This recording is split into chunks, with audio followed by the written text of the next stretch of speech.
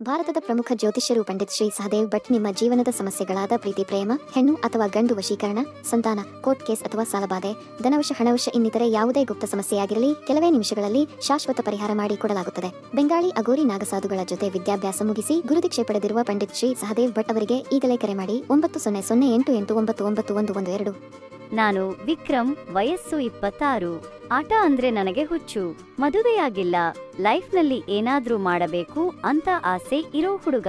ನನ್ನ ಬಾಸ್ ಜೊತೆ ಗೋವಾಗೆ ಹೋಗೋ ಅವಕಾಶ ಸಿಕ್ಕಿದ್ದು ನನ್ನ ಅದೃಷ್ಟ ಅಂತಾನೆ ಹೇಳಬಹುದು. ಆದರೆ ಅಲ್ಲಿ ಕಾದಿದ್ದ ಟ್ವಿಸ್ಟ್ ಬೇರೆಯೇ ಇತ್ತು. ಬಾಸ್ ಇದ್ದಕ್ಕಿದ್ದಂತೆ ಒಂದು ಆಫಿಷಿಯಲ್ ಮೀಟಿಂಗ್ ಇದೆ ಅಂತ ಹೊರಟು ಹೋದ್ರು. ನಾನು ಮತ್ತು ಅವರ ಹೆಂಡತಿ ಯಮುನಾ ಮಾತ್ರ ಬೀಚ್ ರೆಸಾರ್ಟ್ನಲ್ಲಿ ಉಳಿದುಕೊಂಡೆವು. ಯಮುನಾ ಅಂದ್ರೆ ಒಂಥರ ಗ್ಲಾಮರಸ್ ವ್ಯಕ್ತಿತ್ವ, 32 ವರ್ಷ ವಯಸ್ಸು, silk scarf, beach T shirt, ಮಾಯಾನಗು ನೋಡಿದ್ರೆ ಯಾರಾದ್ರೂ ಫ್ಲಾಟ್ ಆಗ್ಬಿಡ್ತಾರೆ.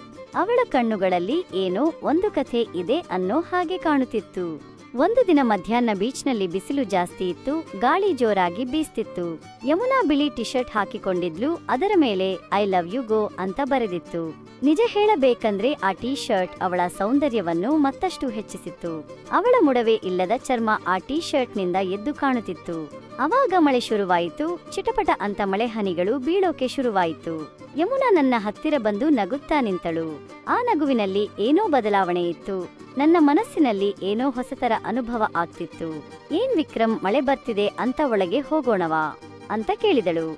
ನಾನು ಅವಳನ್ನೇ ನೋಡುತ್ತಿದ್ದೆ. ಅವಳ ಕಣ್ಣುಗಳು ಏನೋ ಹೇಳಲು ಹೊರಟಿದ್ದವು.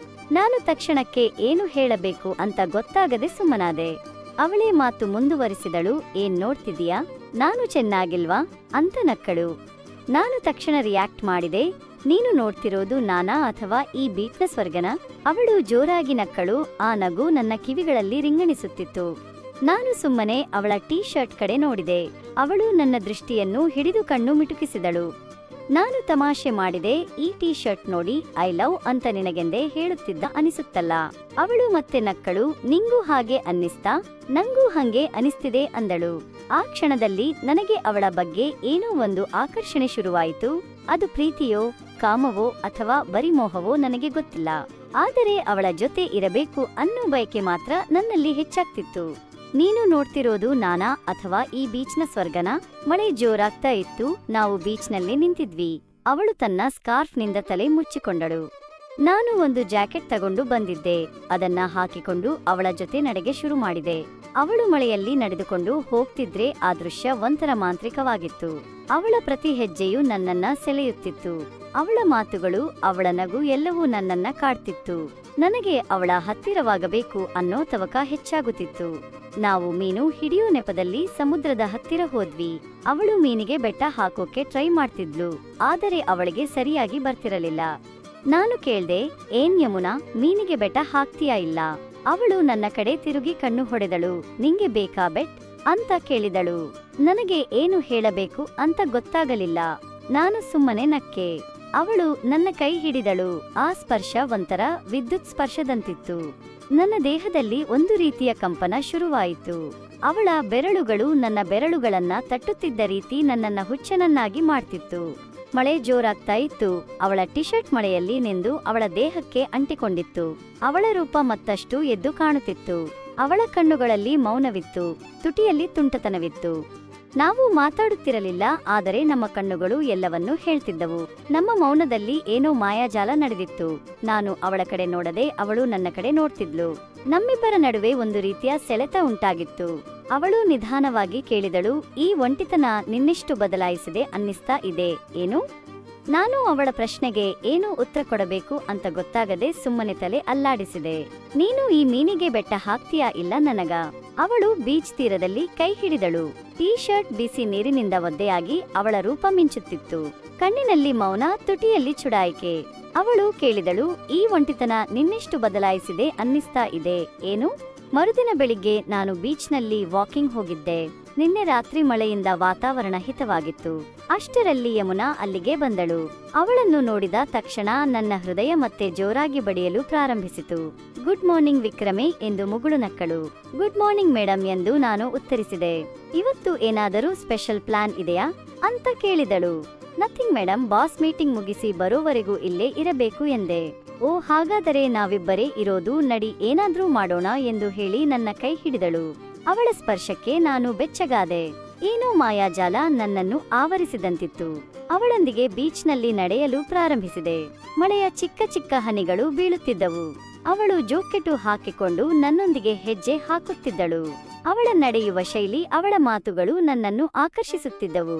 ಆಕೆಯ ಹಾಸ್ಯ ಪ್ರಜ್ಞೆಗೆ ನಾನು ಮನಸೋತಿದ್ದೆ. ನಾವಿಬ್ಬರು ಮೀನು ಹಿಡಿಯುವ ನೆಪದಲ್ಲಿ ಹತ್ತಿರವಾದೆವು. ಅವಳು ನನಗೆ ಮೀನು ಹಿಡಿಯುವ ತಂತ್ರಗಳನ್ನು ಹೇಳಿಕೊಟ್ಟಳು. ಅವಳ ಕೈ ನನ್ನ ಕೈಗೆ ತಾಗಿದಾಗ ನನ್ನ ಮೈಯೆಲ್ಲ ರೋಮಾಂಚನವಾಗುತ್ತಿತ್ತು. ವಿಕ್ರಮ್, ನೀನು ಈ ಮೀನಿಗೆ ಬೆಟ್ಟ ಹಾಕ್ತೀಯಾ ಇಲ್ಲ ನನಗ ಅಂತ ಕಣ್ಣು ಮಿಟುಕಿಸಿ ಕೇಳಿದಳು. ನಾನು ಅವಳ ಮಾತಿಗೆ ನಾಚಿ ನೀರಾದೆ. ಏನು ಉತ್ತರಿಸಬೇಕೆಂದು ತಿಳಿಯದೆ ಮೌನವಾಗಿ ನಿಂತೆ. ಅವಳು ನನ್ನ ಹತ್ತಿರ ಬಂದು ನನ್ನ ಕೈಯನ್ನು ತನ್ನ ಕೈಯಲ್ಲಿ ತೆಗೆದುಕೊಂಡಳು. ಆ ಸ್ಪರ್ಶದಲ್ಲಿ ಪ್ರೀತಿ, ಕಾಳಜಿ ಮತ್ತು ವಾತ್ಸಲ್ಯ ತುಂಬಿತ್ತು. ಆ ಕ್ಷಣ ನನ್ನ ಜೀವನದಲ್ಲಿ ಎಂದಿಗೂ ಮರೆಯಲಾಗದ ಕ್ಷಣವಾಗಿತ್ತು. ಅವಳ ಟೀ ಶರ್ಟ್ ಮಳೆಯ ನೀರಿನಿಂದ ಒದ್ದೆಯಾಗಿತ್ತು. ಅವಳ ದೇಹದ ಆಕಾರ ಎದ್ದು ಕಾಣುತ್ತಿತ್ತು. ಅವಳ ಕಣ್ಣುಗಳಲ್ಲಿ ಮೌನವಿತ್ತು, ತುಟಿಯಲ್ಲಿ ತುಂಟತನವಿತ್ತು. ನಾನು ಅವಳನ್ನು ಕಣ್ಣು ಮಿಟುಕಿಸದೆ ನೋಡುತ್ತಿದ್ದೆ. ಈ ಒಂಟಿತನ ನಿನ್ನನ್ನು ಎಷ್ಟು ಬದಲಾಯಿಸಿದೆ ಅನಿಸುತ್ತಿದೆ ಏನು ಎಂದು ಅವಳು ಕೇಳಿದಳು. ನಾನು ಗಾಬರಿಯಿಂದ ಅವಳ ಕಣ್ಣುಗಳನ್ನು ನೋಡಿದೆ. ಅವಳ ಪ್ರಶ್ನೆಗೆ ಏನು ಉತ್ತರಿಸಬೇಕೆಂದು ನನಗೆ ತಿಳಿಯಲಿಲ್ಲ. ನನ್ನ ಮನಸ್ಸಿನಲ್ಲಿ ಬಿರುಗಾಳಿ ಎದ್ದಂತಾಗಿತ್ತು. ಅಂದು ಇಡೀ ದಿನ ನಾವಿಬ್ಬರೂ ರೆಸಾರ್ಟ್ನಲ್ಲೇ ಇದ್ದೆವು. ಅವಳು ನನ್ನಿಂದ ದೂರ ಸರಿಯಲು ಪ್ರಯತ್ನಿಸುತ್ತಿದ್ದಳು, ಆದರೆ ನನ್ನ ಮನಸ್ಸು ಅವಳನ್ನೇ ಬಯಸುತ್ತಿತ್ತು. ರೆಸಾರ್ಟ್ ರೂಮಿನ ತಂಪಾದ ಬೆಳಕು, ಶಾಂತವಾದ ವಾತಾವರಣ ನನ್ನನ್ನು ಮತ್ತಷ್ಟು ಕಾತುರನನ್ನಾಗಿ ಮಾಡಿತ್ತು. ರಾತ್ರಿ ಊಟದ ಸಮಯದಲ್ಲಿ ಅವಳು ನನ್ನ ಪಕ್ಕದಲ್ಲಿ ಕುಳಿತಳು. ನಾವಿಬ್ಬರು ಮಾತನಾಡಲು ಪದಗಳಿಲ್ಲದೆ ಮೌನವಾಗಿ ಊಟ ಮಾಡಿದೆವು. ಆದರೆ ನಮ್ಮ ಕಣ್ಣುಗಳು ಮಾತ್ರ ಮಾತನಾಡುತ್ತಿದ್ದವು. ಆ ಕಣ್ಣುಗಳ ಭಾಷೆ ಪ್ರೀತಿಯಿಂದ ಕೂಡಿತ್ತು. ಊಟದ ನಂತರ ಅವಳು ನನ್ನನ್ನು ರೂಮಿಗೆ ಕರೆದಳು. ರೂಮಿನಲ್ಲಿ ಮೃದುವಾದ ಸಂಗೀತ ಕೇಳಿಬರುತ್ತಿತ್ತು. ಅವಳು ಬಾತ್ಟಬ್ನಲ್ಲಿ ಬಿಸಿ ನೀರು ತುಂಬಿಸಿ ಅದರಲ್ಲಿ ಬಾಳೆಹಣ್ಣಿನ ಸುಗಂಧವನ್ನು ಬೆರೆಸಿದಳು. ವಿಕ್ರಮ್, ಬಿಸಿ ನೀರಿನಲ್ಲಿ ಸ್ವಲ್ಪ ಹೊತ್ತು ನೆನೆ, ನಿನಗೆ ರಿಲ್ಯಾಕ್ಸ್ ಆಗುತ್ತೆಯೇ ಎಂದು ಹೇಳಿದಳು. ನಾನು ಅವಳ ಮಾತಿಗೆ ತಲೆದೂಗಿ ಬಾತ್ ಡಬ್ನಲ್ಲಿ ಕುಳಿತೆ.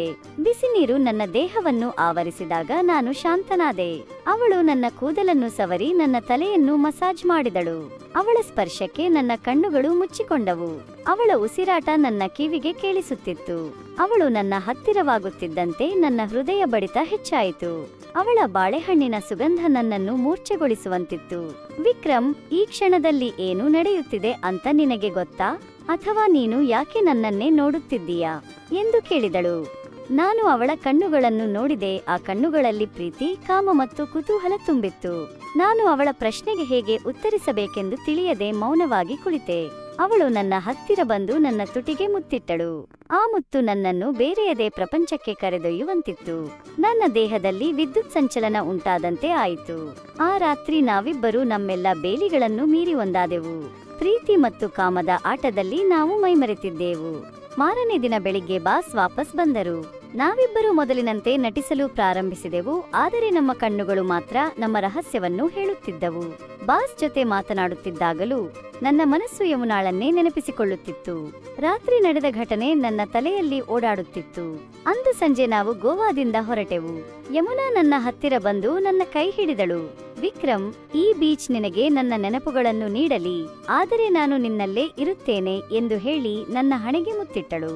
ಅವಳ ಆ ಮಾತುಗಳು ನನ್ನ ಹೃದಯವನ್ನು ತಟ್ಟಿದವು. ನಾನು ಅವಳನ್ನು ಎಂದಿಗೂ ಮರೆಯಲು ಸಾಧ್ಯವಿಲ್ಲ ಎಂದು ಅರಿತುಕೊಂಡೆ. ವಿಮಾನದಲ್ಲಿ ಕುಳಿತಾಗಲೂ ನಾನು ಅವಳನ್ನೇ ಯೋಚಿಸುತ್ತಿದ್ದೆ. ಅವಳ ನಗು, ಅವಳ ಮಾತುಗಳು, ಅವಳ ಸ್ಪರ್ಶ ಎಲ್ಲವೂ ನನ್ನ ಮನಸ್ಸಿನಲ್ಲಿ ಹಚ್ಚೆ ಹಾಕಿದಂತಿತ್ತು. ಗೋವಾದಿಂದ ವಾಪಸ್ ಆದ ಮೇಲೆ ನನ್ನ ಜೀವನವೇ ಬದಲಾಯಿತು. ಪ್ರೀತಿ ಎಷ್ಟೊಂದು ಮೌನವಾಗಿರಬಹುದು ಎಂದು ನಾನು ಅರಿತುಕೊಂಡೆ. ಯಮುನಾ ನನ್ನ ಜೀವನದಲ್ಲಿ ಒಂದು ಸುಂದರ ನೆನಪಾಗಿ ಉಳಿದಳು.